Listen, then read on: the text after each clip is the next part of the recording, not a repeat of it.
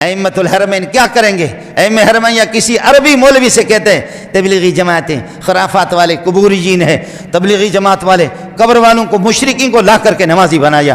السلام علیکم، کیسے ہو دوستو؟ امید ہے کہ آپ سب خیر و عافیت کے ساتھ ہوں گے۔ جی دوستو، مولانا منظور مینگل صاحب کو آپ ذرا سنیں۔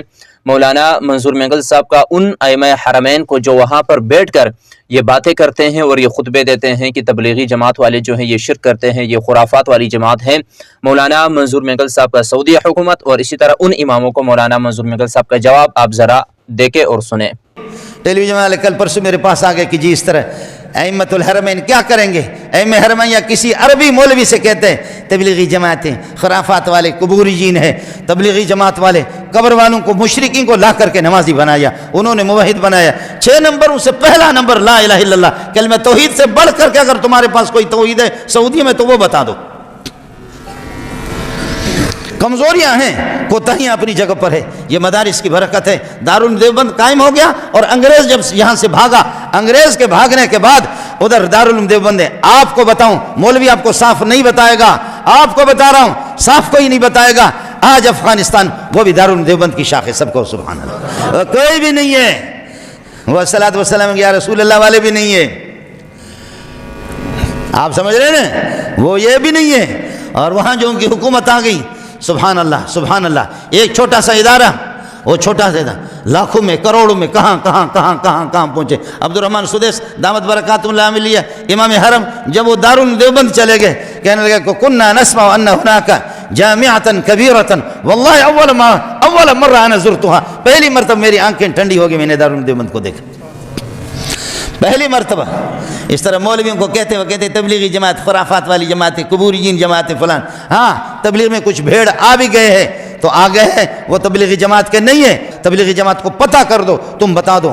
اللہ کے فضل و کرم سے کمزوریاں ہیں، کوتاہیاں ہیں، لیکن کام کر رہے ہیں۔ ابھی آپ نے دیکھا کہ اس قسم کے فلم ایسے بے حیا بے شرم ننگی تصویریں، ننگے فلم جو حیا سے ایک ٹکے کا بھی ان کا تعلق نہیں ہے، حیا دار کچھ ممالک نے ان کی اجازت نہیں دی، ہمارے ملک میں یہ فلم نہیں چلے گا۔ سعودیہ نے، اس نے بن سلمان نے، میں محمد بن سلمان کہتے ہوئے میرے دماغ پہ ہو جاتا ہے، محمد بن سلمان نہیں کہتا، بن سلمان کہتا ہوں۔ محمد پر محمد کا نام جب آتا ہے دل و دماغ روشن ہو جاتے ہیں۔ تمہارے نام محمد کس نے رکھا ہے؟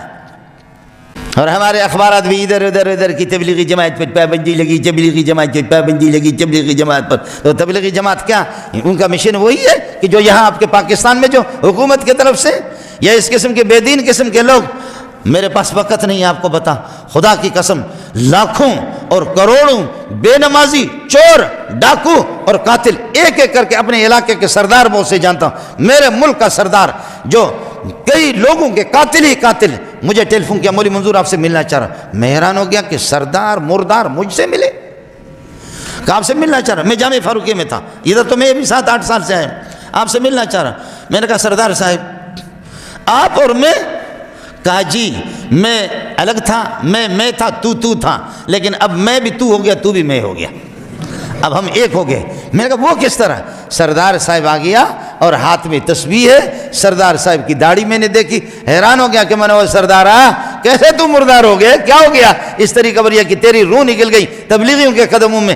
کہنے لگے کہ بس میں نے ایک ان کے سیروزہ ان کے پاس نکلا، ایک بیان سنا، اس کے بعد انہوں نے چلے میں مجھے منتقل کر دیا۔ چلے میں پھر ظالموں نے کہا کہ یہ سرداروں کے دماغ میں غرور ہوتا ہے، کھانا کھانے کے بعد کہتے برتن اس سے دھلوا دو تاکہ غرور ٹھیک ہو جائے۔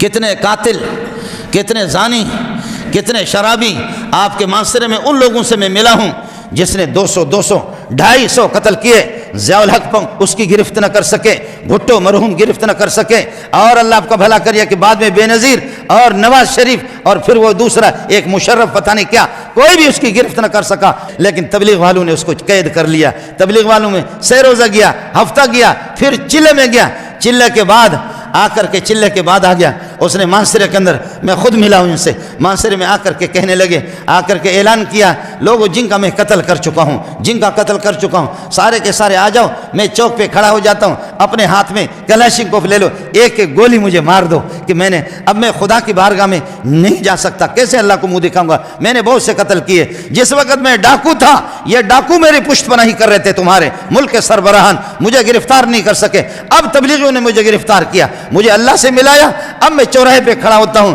کوئی بھائی ہے، کوئی ابا ہے، کوئی چچا ہے، اپنے دل ٹھنڈا کرنے کے لیے ایک ایک گولی مجھے مار دو۔ جب اس نے اپنے آپ کو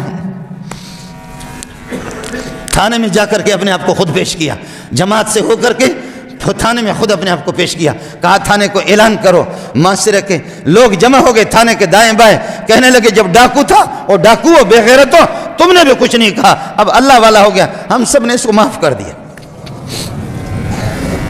اب یہ اللہ والا کمزوریاں ہیں، کوتاہیاں بھی ہیں، آپ کے علم میں لانا چاہتا ہوں، یہ خبر ہے غلط، اور اگر غلط نہیں ہے صحیح خبر ہے تو ان اماموں کی بھی مجبوری ہے، اور کچھ لوگوں نے ان سے کہلوایا ہے، تبلیغی جماعت کی اپنی خدمات ہیں، اللہ کے فضل و کرم سے میں اختلاف ہوتا ہے، آپ کو اختلاف ہوگا کسی مسئلے میں، میرے شیخ نے ایک جملہ کہا ہے، حضرت رئیس المحدثین جو تقی صاحب کے بھی استاد ہے، مفتی نظام الدین کے بھی استاد ہے، میرے جیسے ہزاروں مولویوں کے استاد ہے، شیخ الحدیث مولانا سلیم اللہ خان رحمۃ اللہ علیہ، فرمایا خیرہم غالب علی شرہم، خیرہم غالب علی شرہم، تبلیغی جماعت کی بھلائیاں اور نیکیاں ان کی برائیوں پہ غالب ہے، خبردار مخالفت نہیں کرنا، تعاون کر سکتے ہو کرو، نہیں کرو مخالفت نہ کرنا، ورنہ ایمان کی نعمت چل جائے گی۔